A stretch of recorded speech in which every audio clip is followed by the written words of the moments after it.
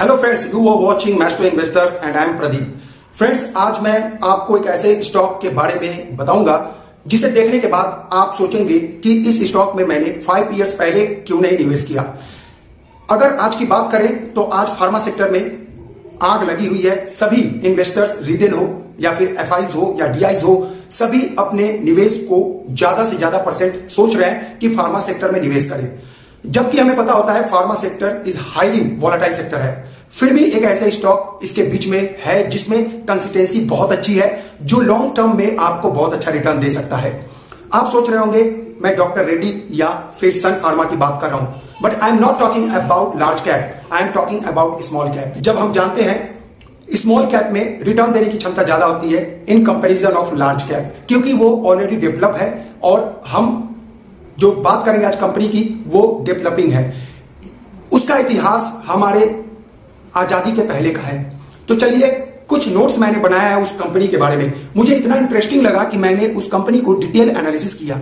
आपको पता है मैस्ट्रो इन्वेस्टर के फैमिली को यह हैबिट बन चुका है कि किसी भी कंपनी में निवेश करने के पहले उसके बिजनेस हिस्ट्री को जरूर चेक करता है। तो मैं आपके लिए एक उसके बिजनेस मॉडल का स्टोरी सुनाने जाऊंगा। उसकी कहानी इतनी इंटरेस्टिंग लगेगी कि आप देखते ही दीवाने हो जाएंगे, सुनते ही दीवाने हो जाएंगे। लेकिन मैं रिक्वेस्ट करूंगा, I am not recommending for investing कि आप जाके तुरंत निवेश कर दें। आप अपने फाइनेंशियल एडवाइजर को जरूर पूछें। हमारे पेड ग्रुप के लिए मैं जरूर सजेस्ट करूंगा कि कौन सा एंट्री टाइम बेस्ट रहेगा इस स्टॉक में। अगर आप पेड मेंबर हमारे ज्वाइन करना चाहते हैं तो ओनली 299 का प्लान लेकर, मंथली सब्सक्रिप्शन लेकर हमारे व्हाट्सएप ग्रुप में जुड़ सकते हैं, जहां आपको मैं सजेस्ट करूंगा और आपके पोर्टफोलियो को रेगुलर बेस पर रिव्यू करता रहूंगा। तो चलिए दोस्तों, जानते हैं कौन सा ऐसा स्टॉक है जो आपसे रह गया बहुत दूर। और इसे अच्छा कोटेशन है इंग्लिश में, a journey of a million miles begin with a single और स्मॉल स्टेप। हम अपने जर्नी को एक पहले स्टेप के साथ शुरू करते हैं और पता नहीं वो कहां चला जाता है। सिमिलरली फॉर दिस कंपनी, अगर इस कंपनी की बात करें तो एक ऐसा युवा जो आजादी के समय ऐसा सपना देखा खुली आंखों से कि हमारी कंपनी वर्ल्ड क्लास हो और इंडिया आजादी के साथ साथ एक संपूर्ण देश बने जहां पर वो अपने हेल्थ केयर सिस्टम पर आत्मनिर्भर हो। तो ये बात है 1936 की, जब एक युवा मिस्टर आनंद चंदावरकर जो इस बिजनेस को, इस कंपनी को शुरुआत करते हैं 1936 में as a partnership company. Partnership firm होने के साथ साथ 1940 में ये प्राइवेट कंपनी में तब्दील हो जाता है। 1986 में इस कंपनी का नाम, जो आज का नाम है, वो हो जाता है। उसके बाद 1996 में ये कंपनी प्राइवेट कंपनी से पब्लिक कंपनी हो जाती है और बॉम्बे स्टॉक एक्सचेंज पर लिस्टेड हो जाती है। अगर अभी भी आप सोच रहे हैं वो कौन सी कंपनी है तो दिल थाम के बैठिए, अभी आपको पता चलने वाला है। और देखते ही देखते ये कंपनी 50 कंट्रीज में अपने मार्केट को बढ़ा लेती है और वहां पर अपने कस्टमर स्टेबलाइज कर लेती है। ओआरएस आपने सुना होगा, इलेक्ट्रॉल। तो ये ओआरएस इस कंपनी का प्रोडक्ट बहुत फेमस प्रोडक्ट है। अभी भी आप गेस कीजिए कि कौन सी कंपनी होगी और कमेंट्स कीजिए। यूट्यूब या फिर कहीं सर्च नहीं करना है, आपको जवाब देना है कि आपकी नॉलेज कितनी है। इस कंपनी के बहुत सारे ब्रांड है, प्रोडक्ट हैं जो कि आपको देखना चाहिए। साइड स्क्रीन पे देख रहा होगा, देखिए। अब हम बात करेंगे इसके ओवरव्यू, यानी कि चार्ट को एनालिसिस करेंगे। अगर इसके चार्ट को आप लॉन्ग टर्म चार्ट देखें तो ये आपको 82.43% का रिटर्न देता हुआ नजर आएगा। और मैक्सिमम चार्ट को देखें, 5 इयर्स में आपने रिटर्न देख लिया, जो कि बहुत शानदार है। मैक्सिमम अगर चार्ट देखें तो आपको ये 1531% का रिटर्न देता हुआ नजर आएगा। और अगर आप लास्ट 1 ईयर का चार्ट देखें तो अप्रॉक्स 46% का रिटर्न आपको मिलता हुआ नजर आएगा। तो रिटर्न के मामले में अगर लॉन्ग टर्म की बात करें, मोर देन 1 ईयर, तो ये कभी भी नेगेटिव रिटर्न नहीं दिया, ये ऑलवेज पॉजिटिव रिटर्न दिया, यानी अपने निवेशकों को कभी नाराज नहीं किया। दूसरी बात करेंगे इन्वेस्टमेंट चेकलिस्ट की। अभी आपको कंपनी के शेयर्स का price less than intrinsic value पे प्राइस पे मिलेगा। इसका मतलब कि आप जब इसके स्टॉक को बाय करेंगे तो आपको वॉरेन बफेट जी की याद आएगी और वैल्यू इन्वेस्टिंग आप यहां पर कर पाएंगे, बिकॉज ये अभी भी अपने इंट्रिंसिक वैल्यू से कम पर ट्रेड हो रहा है। स्टॉक अभी भी ओवरबॉट जोन में नहीं है, फ्रेश एंट्री आप ले सकते हैं। स्टॉक की अभी भी एएसएम या जीएसएम के लिस्ट में नहीं है, तो डिफॉल्ट की जो प्रोबेबिलिटी है वो बहुत ही कम है इस स्टॉक के साथ। फाइनेंशियल ट्रेंड में अब समझेंगे सबसे पहले इनकम स्टेटमेंट। आपको पता है किसी कंपनी में रेवेन्यू की अहमियत क्या होती है। रेवेन्यू ऑलवेज ग्रोथ पे आपको दिखना चाहिए। अगर किसी कंपनी में आप लॉन्ग टर्म के लिए एंट्री लेते हैं तो you should check first revenue, क्योंकि रेवेन्यू अगर कंपनी का बढ़ रहा है इसका मतलब कि कंपनी तरक्की कर रही है, कंपनी ग्रोथ पे है। अब हम देखेंगे higher than industry revenue growth. इस कंपनी का जो 5 इयर्स का अगर लास्ट देखें तो ग्रोथ देखेंगे आप, फार्मा इंडस्ट्री का एवरेज ग्रोथ रहा है 7.26% का, जबकि इस कंपनी का ग्रोथ रहा है 8.61% का, यानी कि ये अपने सेक्टर को पीछे करते हुए रेवेन्यू ग्रोथ को ज्यादा दिखाया है। Increasing market share, market share जब बढ़ता हुआ नजर आए तो समझ में आ जाना चाहिए आपको कि पब्लिक में इस शेयर के प्रति इंटरेस्ट बढ़ा है, एफआईजीआई में इस शेयर के प्रति इंटरेस्ट बढ़ा है। तो लास्ट 5 इयर्स में इसका देखें 0.56 से बढ़कर 0.59% हो गया है शेयर। अब बात करेंगे नेट इनकम की, जो कि ये अपने फार्मा सेक्टर इंडस्ट्री से बहुत ज्यादा आपको यहाँ नेट प्रॉफिट, नेट इनकम देखने को मिलेगा। अब बात करेंगे higher than industry net income. अब देखिए नेट इनकम बहुत मायने रखता है। आप पता है आपको, कभी भी आप किसी कंपनी को सर्च करते हैं तो नेट इनकम जरूर सर्च करते हैं। क्यों सर्च करते हैं? क्योंकि आपको पता है नेट इनकम से कंपनी की एक्चुअल स्थिति का पता चलता है, एक्चुअल सिचुएशन का पता चलता है। तो एक्चुअल सिचुएशन मैं आपको यहां बताता हूं। लास्ट 5 इयर्स में अगर आप देखें ग्रोथ कंपनी का तो 10.12% के एनुअली ग्रोथ रिपोर्ट दर्ज किया है एनुअल। तो एनुअली अगर आप ग्रोथ किसी कंपनी का 10.12% देखते हैं तो डेफिनेटली आप कह सकते हैं कि बहुत अच्छा है लास्ट 5 इयर्स का।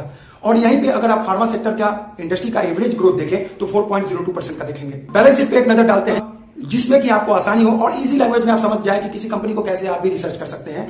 बैलेंस शीट में सबसे पहले समझेंगे lower than industry debt to equity ratio. Debt to equity ratio आपको पता है जहां डेट आ गया वहां पर ऑलवेज जितना कम हो वो अच्छा माना जाता है, जितना ज्यादा हो वो बुरा माना जाता है। तो डेट टू इक्विटी रेशियो इस कंपनी का देखें तो लास्ट 5 इयर्स में 0.12% रहा है, जबकि फार्मा इंडस्ट्री का एवरेज देखें तो आपको 45.4% का नजर आएगा, यानी कि यहां पर भी इसने बहुत बड़ी जीत हासिल की। Higher than industry current ratio. अब देखेंगे लास्ट 5 इयर्स का करंट रेशियो इस कंपनी का रहा है 369.3% का, जबकि फार्मा सेक्टर का एवरेज रहा है 162.59% का। यहां भी इसने अच्छे से अपने सेक्टर को बीट किया है। तो कंपनी के डिटेल्स को समझना बहुत जरूरी होता है, उसके बाद ही उसमें निवेश करें। ऑलवेज मैं राय यही आपको देता हूं। तो यहां पर समझते हैं शेयर होल्डिंग पैटर्न।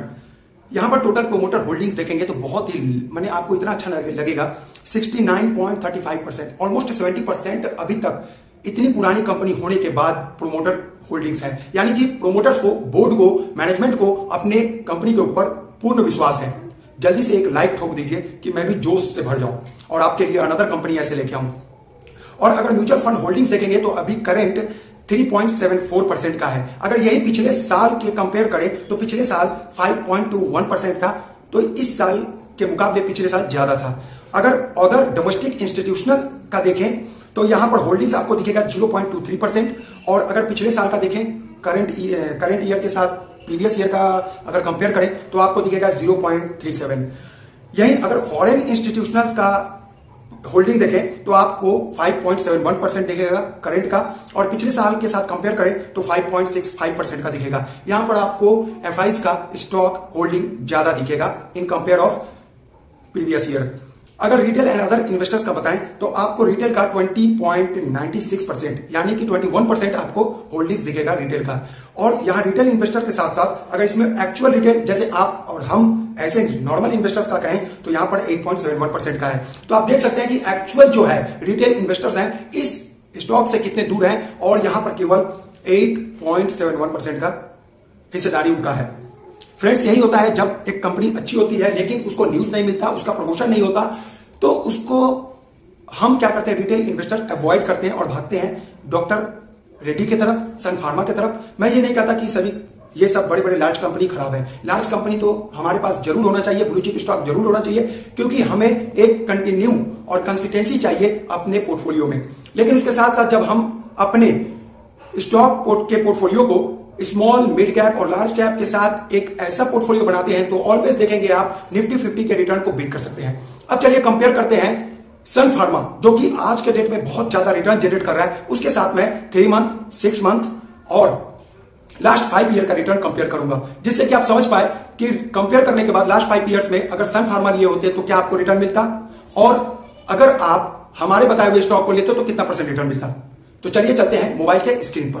फ्रेंड्स, जिस स्टॉक के बारे में मैं बात कर रहा था वो है एफडीसी लिमिटेड। अब मैं आपको कंपेयर इसका दिखाऊंगा कि ये अपने पीयर्स के साथ कंपेयर करेंगे। आज मैं सन फार्मा के साथ इसका पेयर करूंगा, जिससे कि आप समझ पाए कि एक्चुअल इस कंपनी ने कैसा रिटर्न दिया। अगर आप सन फार्मा के साथ इसका कंपेयर करते हैं, अगर मैं लास्ट 3 मंथ्स का कंपेयर करता हूं तो आप देखेंगे यहां पर आपको रिटर्न एफडीसी ने 13.33% का दिया है, जबकि सन फार्मा ने 11.54% का दिया है। तो यहां पर आपको नजर आ रहा होगा 3 मंथ्स में ये बिल्कुल सन फार्मा की तरफ मूव किया है अप एंड डाउन, जो कि आप चार्ट में भी देख रहे हैं। नाउ अब देखेंगे हम, कंपेयर करते हैं 6 मंथ का। तो 6 मंथ में देखेंगे आप, जबकि सन फार्मा बहुत आगे निकल गई 33.95%, ऑलमोस्ट 34%, जबकि एफडीसी 0.68% का रहा। आप यहां देखकर कहेंगे कि सर आपने क्या सजेस्ट किया, बट अभी पिक्चर बाकी है मेरे दोस्त। अब चलेंगे और 5 ईयर्स का मैं एक आपको दिखाता हूं। चलिए चलते हैं और कस्टम लगाते हैं और यहां पर हम सेट करते हैं 2016 का। आपको पता है 5 ईयर्स का रिटर्न देखना बहुत जरूरी होती है जब आप म्यूचुअल फंड या स्टॉक मार्केट में निवेश करते हैं। 2016 मैंने ईयर देख लिया। अब मंथ को देखता हूं, अभी मई चल रहा है तो मई को सिलेक्ट कर लेता हूं। मई का 18, 19, 20 को सिलेक्ट कर लेता हूं और अपडेट कर देता हूं। लास्ट 5 ईयर्स का देख के आप शॉक्ड हो जाएंगे। इस स्टॉक ने आपको 83.04% का रिटर्न दिया है, जबकि सन फार्मा ने नेगेटिव रिटर्न दिया है 11.97% का। अब बोलिए दोस्तों, जो देखकर 6 मंथ का रिटर्न आपने जंप लगाया था मेरे ऊपर, अब आप बताइए कि कैसा है ये, कैसा स्टॉक लगा आपको। अगर आप देखेंगे बाकी कंपनी के साथ तो देख लीजिए, पी रेशियो सन फार्मा से आपको इसका कम मिलेगा, डॉक्टर रेड्डी से कम मिलेगा, सिप्ला से भी कम मिलेगा, यानी कि इंटरेस्टिंग वैल्यू से कम प्राइस पे आपको एक वैल्यू इन्वेस्टिंग का यहां पर ऑप्शन मिल रहा है। डिविडेंड ऑलवेज आपको पता है, डिविडेंड अगर फार्मा सेक्टर में जाते हैं तो डिविडेंड इनकम की जरूरत नहीं होती। अगर हम इसका वॉलेटिलिटी देखें तो आपको पता है ये एक स्मॉल कैप का कंपनी है जिसमें कि वॉलेटिलिटी होना अनिवार्य है, कंपलसरी है। तो यहां पर आपको वॉलेटिलिटी यहां सबसे ज़्यादा दिखेगी। अगर फॉरकास्ट की बात करें तो अकॉर्डिंग टू टिकर टेप यहां पर आपको बाय रिकमेंडेशन 100% एफडीसी में मिलता है, सन फार्मा में 85%, डॉक्टर रेड्डी में 86% एंड सिप्ला में 86%। तो यहां रिकमेंडेशन भी सबसे ज़्यादा है। फ्रेंड्स, यहां किसी ऐप्स को प्रमोट नहीं किया जा रहा है, ना ही आपको कहा जा रहा है कि इस तरह निवेश करें। जस्ट आपके इंफॉर्मेशन के लिए मैंने बताया, आप जाइए और चेक कीजिए कि how the performance of FDC last 5 years. आप भी देख के चौंक जाएंगे और आपको भी सोचने पे मजबूर हो जाएंगे कि इस कंपनी में निवेश करें कि नहीं। आपको इंफॉर्मेशन कैसी लगी अपने दिल से पूछिए।